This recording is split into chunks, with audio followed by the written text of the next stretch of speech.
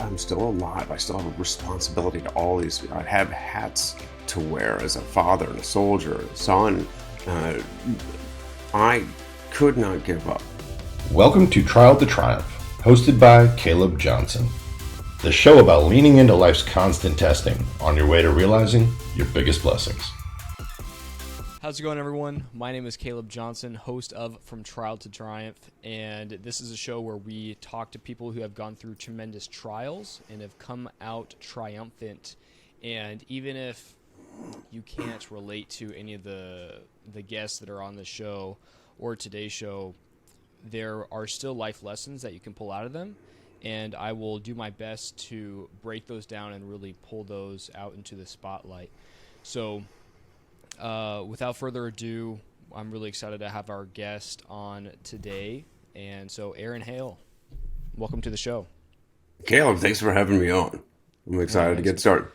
I'm really excited to get started too, man. So, Aaron, can you give our listeners a quick backstory about maybe when you started in the military or got out of high school, and just how you got to where you are today? Absolutely. Yeah, I did a short trip to I sampled college, but I wasn't quite ready. I didn't have the work ethic or ambition. I just kind of went to party and be kind of an all-American slacker, and all those. All the people that all the students there that were hard workers had exactly what I was lacking. Quickly passed me by, and I soon found myself looking for an alternative. I didn't perform well, and it was very embarrassing. I was ashamed, wasted some tuition, and I knew that I needed a change. So I decided that I was going to give it another start. I needed to earn more tuition, and I needed most importantly, I needed the core values. I needed that work ethic, and I needed some goals and ambition, and it is something to work towards. What I found was the military. It was exactly what I needed for all of that. So I joined the Navy, and I became a cook, and toured the Mediterranean, and became chef to a 3-star admiral in Italy, and toured all over Europe.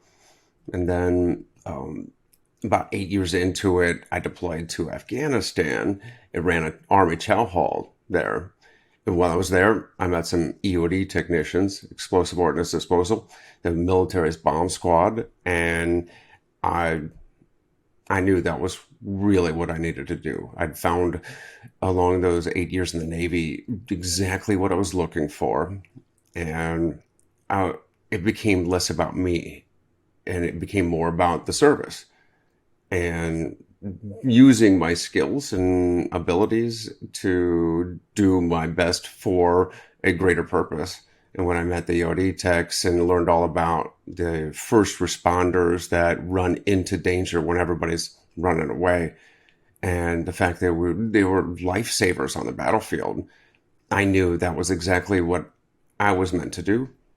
So I switched uniforms and jobs, and became a bomb technician. But on my third deployment in 2011, I was an EOD team leader. I was working on an IED, and there was a secondary device, and that's what injured me and caused me to lose my eyesight and a few other injuries. Mm-hmm. Wow. Okay. And after, first of all, thank you for your service. And there's so much that civilians don't see, me being one of them. And I mean, the PTSD, and we're just so very sheltered, and I can't begin to thank you enough for the service that, like you said, you run into battle when everyone else is running away. So thank you for that. You're very welcome. So after you became blind and deaf from that explosion. What happened after that? Well, I actually could retain my hearing at the time. I, of course, lost some of it during the blast. I perforated, I blew out both my eardrums, but I still had my sense of hearing. But what had happened was I'd lost both of my eyes. It cracked my skull, and I was actually leaking spinal fluid. So when I uh, got back to Walter Reed, and they were working on me. They patched up my skull. They did my best for my hearing. They couldn't save my eyes, and that was the end of 2011. Thankfully, just weeks before, uh, during my deployment, during any deployment that's on the battlefield that's 12 months or longer, you get 2 weeks of R&R, leave to go back home, little vacation from the battlefield. And I had just gotten back from 2 weeks of time with my family. Got to hang out with the whole family for Thanksgiving. Got to see my firstborn turn one. It was a great last page in the photo album. But then just a couple of weeks later, I was out back on the battlefield, and I was working on an ID, and I lost my eyesight, and I was zipped right back to the United States. And I was there in the hospital bed, trying to figure out why this had happened to me. Why me? Part of the most elite bomb technicians in the world. They're highly trained, have all the best tools, and we're fighting these homemade explosives with 9-volt batteries and you know plywood pressure plates. Really low tech stuff, but that was effective. And one got past me, and I was angry. I was angry at like everybody. I was angry at the Taliban. I was angry at the president. I was angry at the army. Mostly, I was angry at myself for letting it happen. But um, I realized then and there, right at the hospital, that these halls here were full of other warriors going through their own personal battles.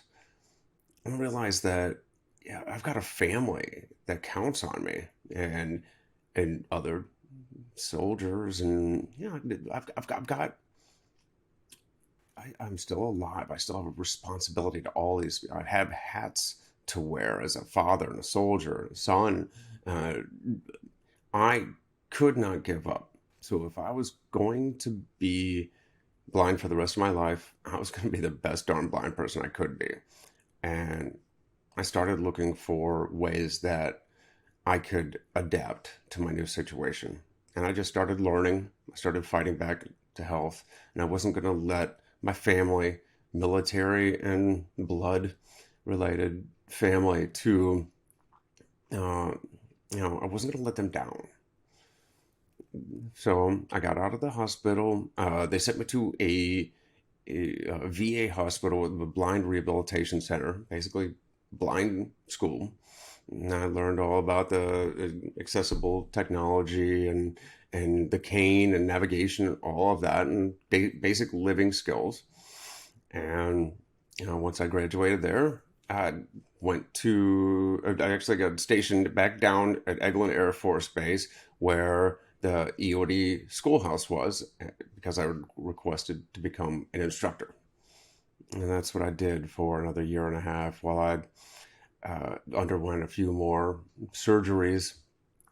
And I became a speaker, started running basically just to stay healthy, but somehow got talked into running 4 marathons and the Army 10 miler in the span of 4 months without having ever run anything past a 10K. and, and actually, I started running because I wanted to get in shape for my first mountain climb. And I was invited to join an all wounded veteran team up a 18,000 foot peak in the Peruvian Andes, and it's really hard to find a decent mountain to train on in Florida. So I started running. I started packing, what are those big expedition packs full of gear, like 80 pounds worth of gear, and just walking up and down condominium buildings. And that's how I trained. And then I started running marathons and whitewater kayaking. And basically, it wasn't that I was blazing new trail. There are other wounded veterans and blind folks that are doing all this stuff, and I wanted to join them. I want to be among people that were already doing great things, and it was really a lot of it was just a terror. It was fear of being trapped by my condition, by my struggles, by being held back by limiting beliefs and just stuck on a couch, maybe popping pills or diving into a bottle and feeling sorry for myself for the rest of my life. So I was terrified of that idea. So I tried every single way to get outside and to stay fit and busy and active. And that was how I managed the next 4 years until summer of 2015 when tragedy struck again. And the cracks in my skull that had either had been patched up, either hadn't been completely patched or reopened, and and I contracted bacterial meningitis. And I was right back in the hospital. This time it almost killed me again.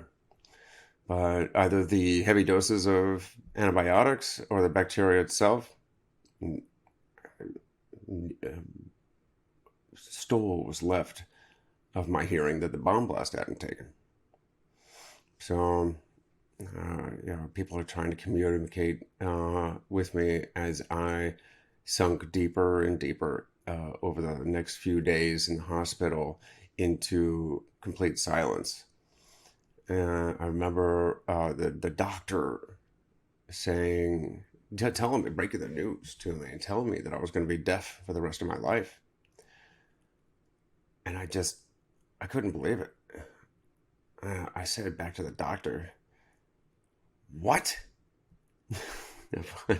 I said, I actually asked him, "So you're telling me that I'm going to be totally blind and totally deaf? I'm never going to have to pretend to pay attention ever again?"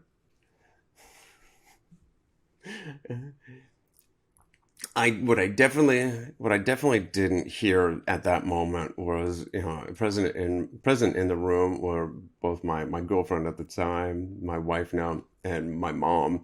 I didn't hear them laughing, but I humor's always been my diffuser for, especially in tough situations. But it was true. I mean, I was trapped in my body. I was locked out from the outside world. All of that accessibility, talking, computers, barcode scanners I have in the kitchen for reading, labels on my boxes and cans, everything silenced. I listened to an audio book or a podcast. I couldn't do anything, it seemed. And all those tools and techniques and skills that I've been learning over the last 4 years, silenced and obsolete. And I'd even lost my inner ear sense of balance, the vestibular balance.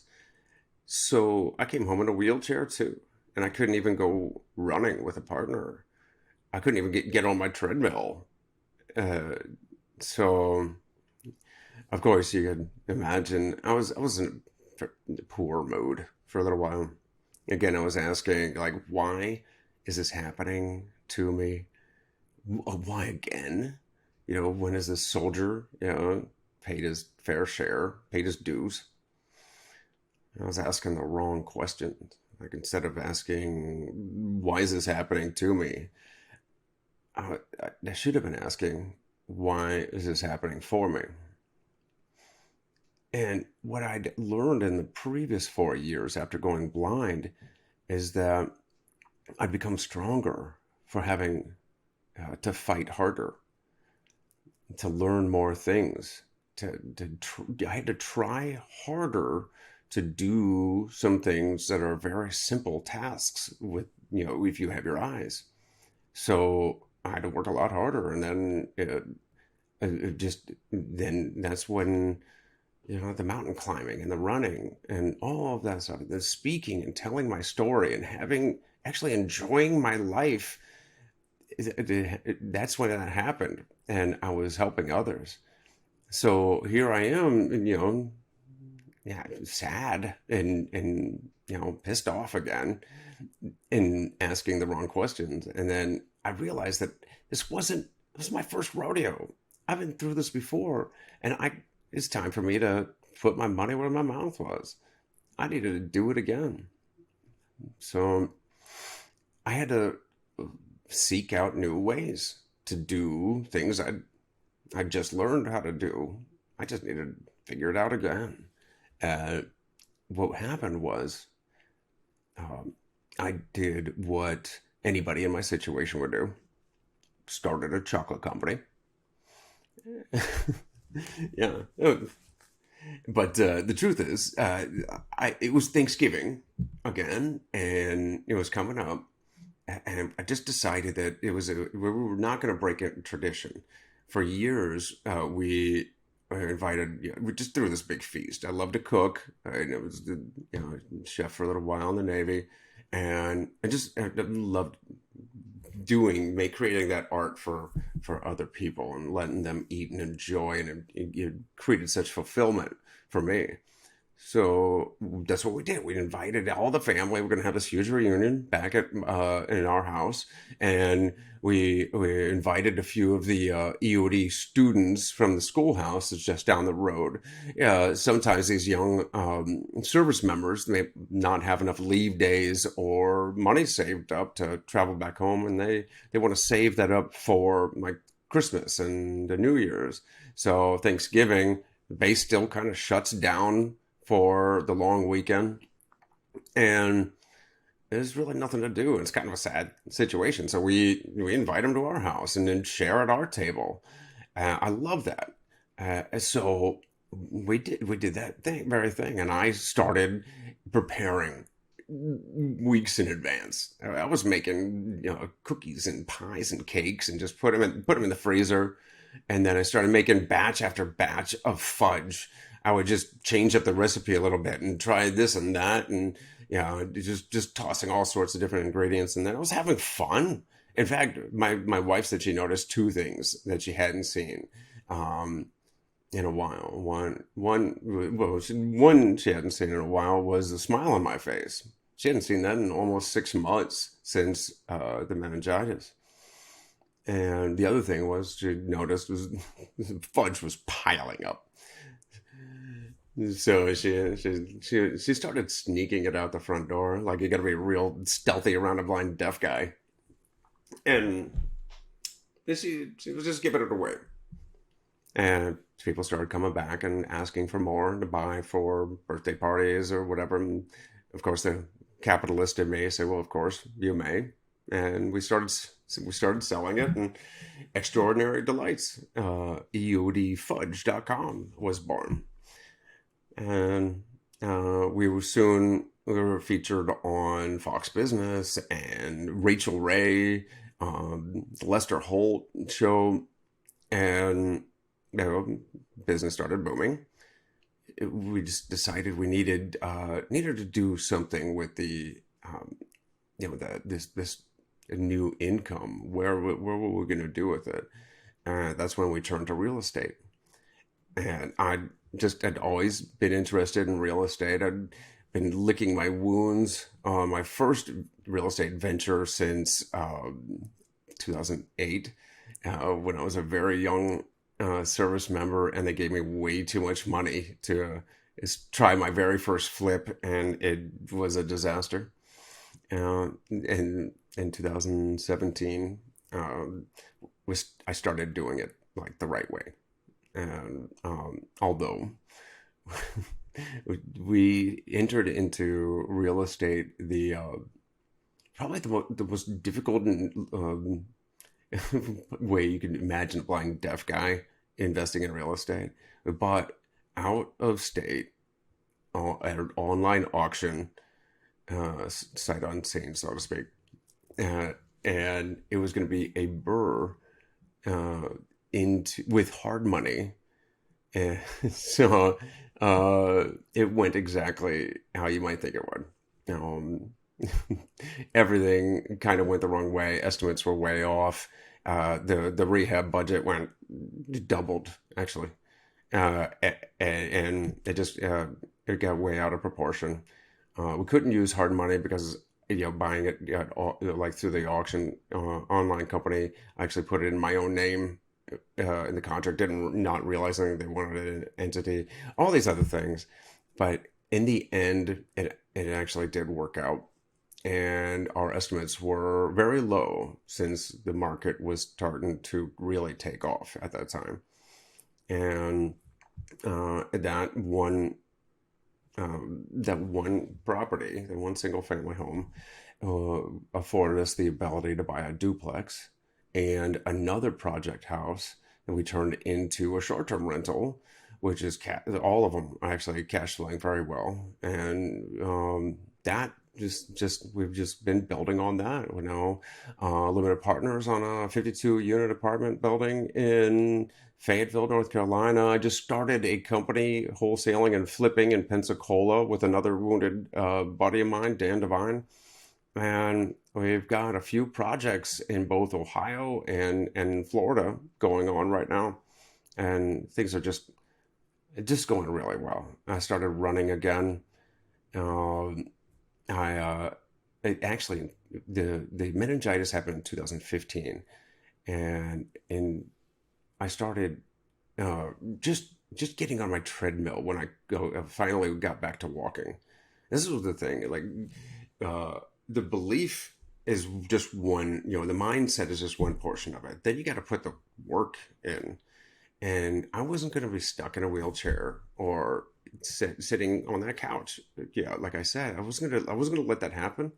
So I got on a treadmill and I held on with an iron grip, and then I just hit the quick start, like half a mile an hour, and I would just move my feet, and then I would hit the up speed up button, beep beep, and then a couple more, and then eventually I was jogging.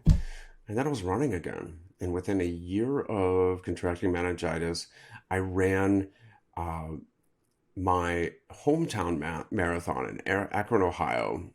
And it was my uh, actually my 20th high school reunion. And I ran that same week, I ran my first marathon back, and I got a PR for my first 4 hour, sub 4 hour time. Um, yeah, which qualified me for Boston. So today we're investing in real estate. I'm running ultramarathons now, and I'm not going back into the mountains just yet. You can't hear my team; that's too dangerous for everybody. And my balance is still a bit wobbly. So, uh, but I love running. Um, I love pushing myself. I love finding new challenges, and every day is a challenge, including trying to log into the internet some days. But that's pretty much the story there. Oh my gosh, Aaron, you know, I teared up a little bit there, and man, again, I was telling you before we even got on this call just how excited I was to speak to you again, because I mean, you hear about people that are depressed and this and that. Like you said, they go swimming in a bottle, but through all, like you said, how much more does a soldier need to pay? Like hasn't he already paid his dues? And that I'm almost speechless, man. I don't know. It's like amazing. So I'll just go into a couple of questions I that I came up with.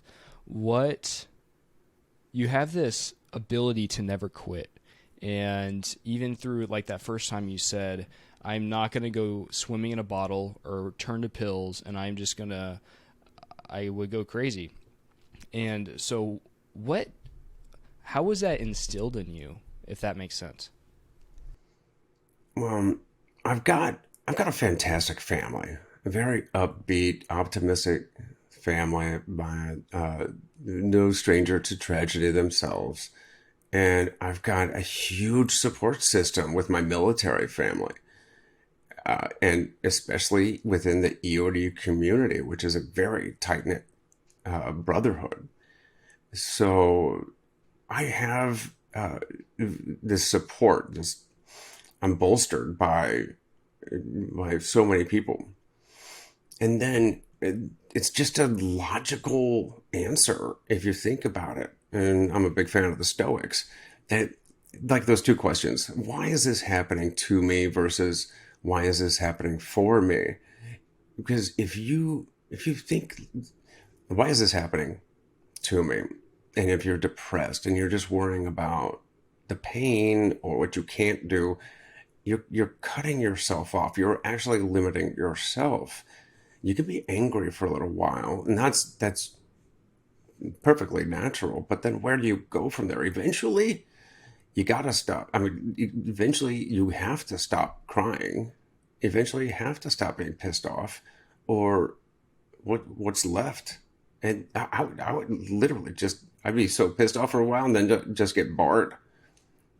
So I need to do something, and the only way to really get moving again is to say, what can I do, or what can I learn from this?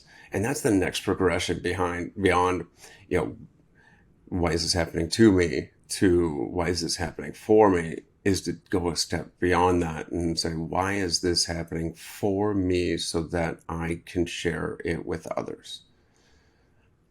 And that gives you that why, the reason, and motivation beyond yourself to go and succeed no matter what. Right. I think, yeah, like you said, whenever you answer or you ask those questions that are open ended, and you ask those, what's the, yeah, you change this question a little bit, and that can open up your mind to other possibilities. It's like asking, well, so you ask, how can I do that? And that is just another way so your mind starts thinking differently. And I think you just said that flawlessly. And I also I don't believe we touched on, but how are you able to hear this moment? I didn't mention that. After the actual infection was cleared, I had the opportunity to have these cochlear implants surgically implanted, and unlike hearing aids, it is the microphone, like a processor that picks up sound, but instead of amplifying the sound and sending it into my ear canal, which is completely shut off, it takes this processor on my ear, turns it into a digital signal, which then goes up to this coil, this tether here, which is magnetized, and turn back on. Time for replacement. And it sends that digital signal to the implant inside, which has like an electrode that sends the signal right to my auditory nerve. It's a long process from surgery to tuning it in, or what they call mapping, and it's a constant process. They say, and it took me more or less a year before I could actually understand another human voice. So and it's to describe what I'm actually hearing. It's a lot like if you called a friend, and they are at a restaurant and they put their phone on speaker and put it in the middle of the table. That's what I'm listening to. Everything going on around the conversation at the table, waiters and the servers clinking glasses and stuff. So um, or trying to figure out what's going on in the entire kitchen of McDonald's through the drive-through speaker. It's nothing like the real thing, but it's way better than the alternative. Right, right. And whenever you said you went back to be a an instructor at the EOD school, and I don't we hadn't talked about that before, and I think that's fascinating because you went back and you wanted to teach. Well, actually, let me ask you, what was really the reason that you wanted to become an instructor? When I was still sitting at the in the hospital bed at Walter Reed, of course, the Army really had by then they really had the system down. We'd taken enough injuries, casualties by that time that, as soon as I was checked in with the doctors and the staff at the hospital, the Army came in and they started doing their paperwork and they said, "Where do you want to retire?" I said, "Retire? I don't want to retire."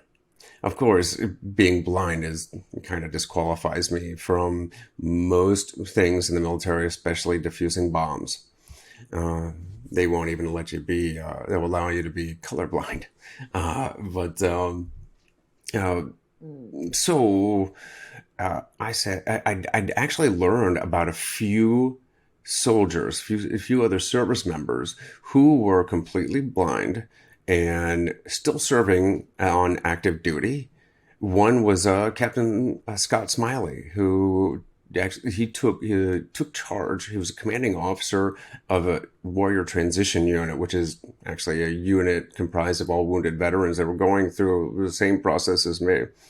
And there's Captain Ivan Castro, who was an Army Ranger, and he went to Special Operations Recruiting Branch, became a recruiter after his injury.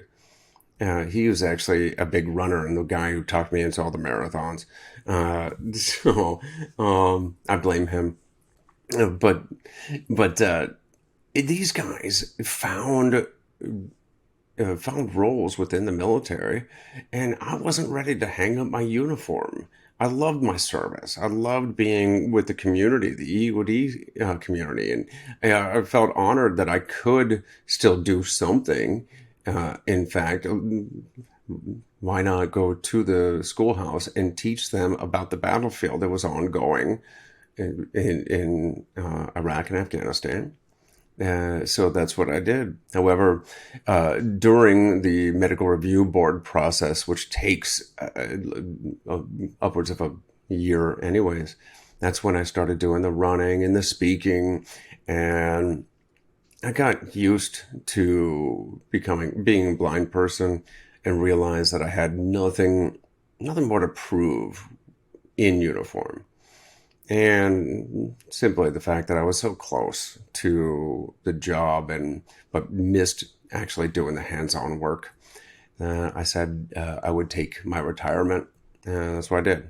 Left the Army and hung up the uniform. The students that you ended up instructing to, how did they? I'm trying to say is how were they motivated by you, and what was your blindness kind of part of what ultimately motivated them and thinking that they could do more? Well, I believe so. In fact, I'd still keep in contact with quite a few of the students that went through. I can't tell you what motivates any one person, but I can imagine that showing them, I was literally wearing my problems right on my face.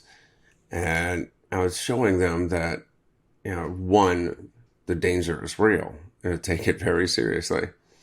But two, showing them that uh, I wasn't going to be it. I wasn't going to let it stop me. I was going to be strong no matter what. And I think that gave them strength too. It's a it's like the sweet and the sour, the yin and the yang, uh, make the fear real because the danger is real, and then instill in them both the information, the education, the experience that I've got, and then show them how to be strong. If I think there's a lot of people, especially in America, which is unfortunate. I mean, we're one of the most wealthiest parts of the world, and we're just so blessed to be in this country, just our freedoms. And unfortunately, there's a lot of people that are depressed, and they've all gone through whatever that is, childhood, and there's so many different things that have happened to so many people, and it's unfortunate. Now, for those people that are going through that, they are depressed or they aren't where they want to be, what would you say to them to kind of help them along or maybe get out of that rut, you could say? Everything that the number one thing that comes into my mind is this too shall pass. Moods pass, situations pass. There may be things that will remain constant, such as me being blind or me being deaf. But my mindset can change, and my motivation, my energy levels, my education, the people I keep around me, and of course my decisions. So you might feel like there's no way out. I mean, you might feel like you're just stuck. And believe me, I've been there a few times, but it passes, and you can do something about it. And you just have to continue to move forward. Okay. I think whenever you say continue to move forward, and there's especially this too shall pass, what can somebody do while they're in that rut, and they know they're in that rut, and they're understanding, okay, this will pass eventually? How can somebody kind of move forward towards that? Is it maybe just reading motivational books, or maybe should they change their environment because the people they're around just aren't the best? Or what have you really what do you think the biggest reason or way that people can move out of that is? There are quite a few short-term and long-term things they can do. One of which is look at your motivations, your goals, your passions in life. Set a goal, whatever that is, even if it seems unreachable. It's something to work towards. And of course, I definitely believe in that the theory of personality through osmosis, where you become the people you associate with the most. That's how I learned how to do all these things. I sought out people who were doing the same thing. There were highly motivated people. When I was still in the hospital, I learned about.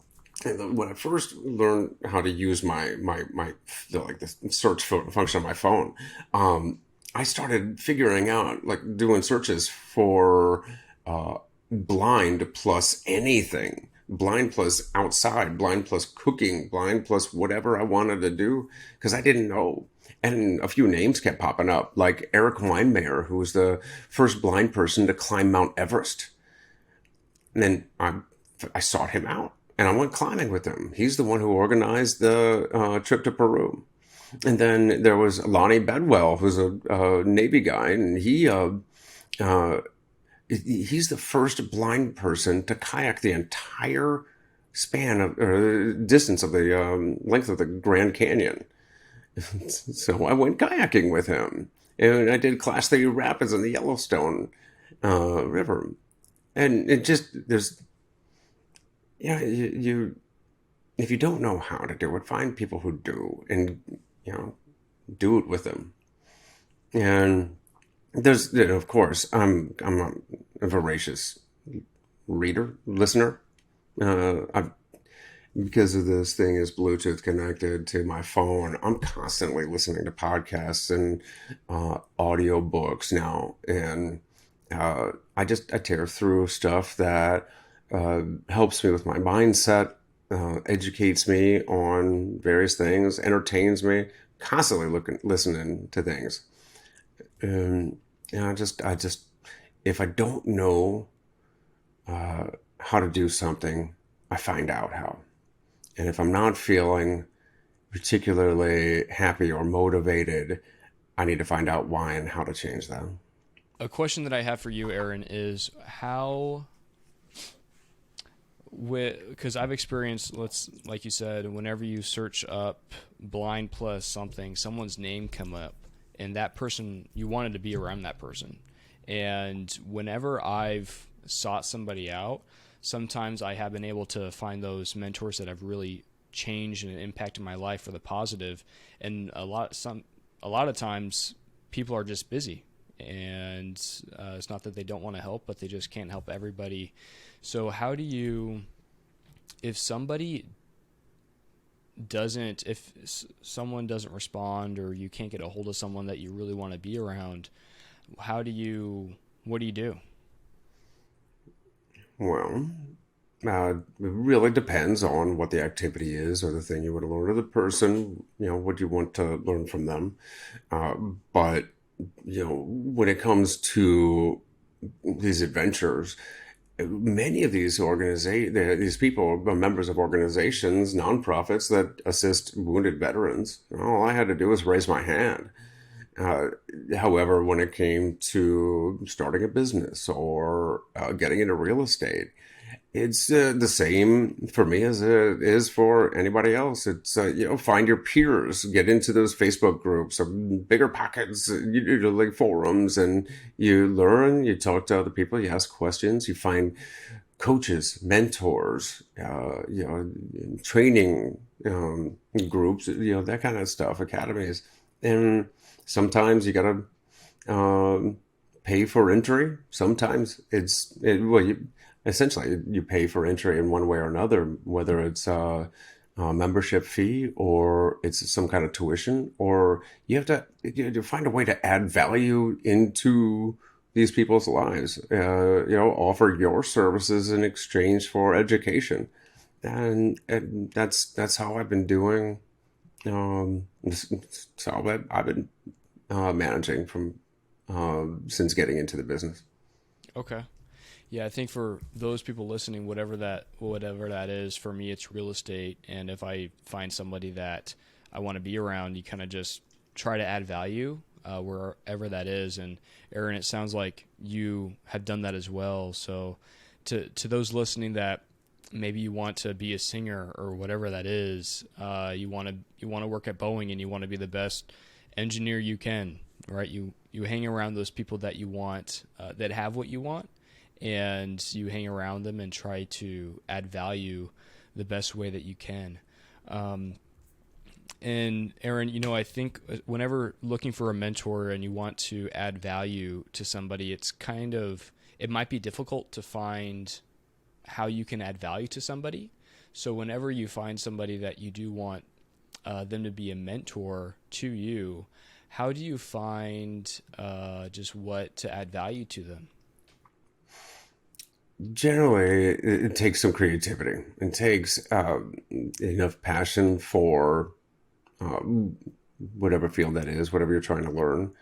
And generally speaking, and use real estate as an example. Yeah, if you want to learn something from somebody, you find out what they need. So, and maybe that's spending more time around them and trying to figure that out. Maybe doing a little snooping online to find out.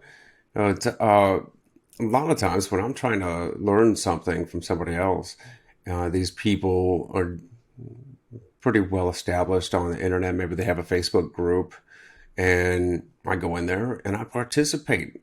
I answer as many questions as I can, to, get that reputation, start building a brand in this person's world. And, I try to find ways, different creative methods for getting closer and finding out what they need and how I can help.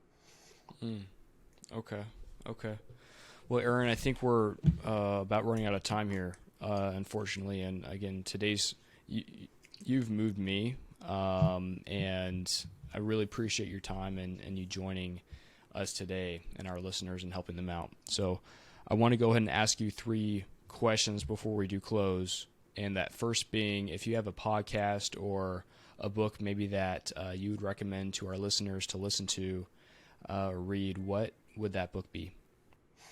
Right now, the first one that comes to mind is one of my most recent reads is The Power of One More by Ed Milet. Really good listen, and definitely motivating. Mm-hmm. Yeah, I'm a big fan of his, and unfortunately I haven't read his book yet, but his motto, "The Power of One More," is just so powerful, and that's definitely on my list. And Aaron, if people want to learn more about you, maybe get in touch with you and maybe even buy some of that fudge, which I'm going to go to eodfudge.com myself. But where can people learn more about you? Well, they can email me if they'd like. I've got projects that could use funding if they want to be passive investors, if they want to do a joint venture, or if they have deals that they want to sell. Contact me at aaron@solidgroundhomebuyers.co. Okay. And I'll link that in the show notes as well. And Aaron, the last question today is, if you can share one thing with our listeners to take away from today's show, what would that be? If my life is an example of anything, it's failing up. I've never been afraid to try and fail. Everything is an experiment, and it's like scientific method. Don't be afraid to try a method and learn that method doesn't work. You've figured out what not to do. But I've failed at a great many things in my life, and I've also filled it with quite a bit of value, filled it with love and happiness and adventure and travel. I have so many great memories, and I'm still building them. And I have many wonderful friends that I cherish. And I do that by failing every day. And if I'm not failing, I'm not trying hard enough. That's good. That's really good. Well, Aaron, I again just want to say thank you for being on the show and taking the time out of your day. And I know this is going to help a lot of people. So thank you. Thank you very much. Thank you for having me on. Well, everyone listening, we appreciate you tuning in, and we'll catch you on the next one. It's time to grab your victory. Find us on the web at redseacapitalgroup.com and follow us on Instagram and Facebook at Red Sea Capital Group.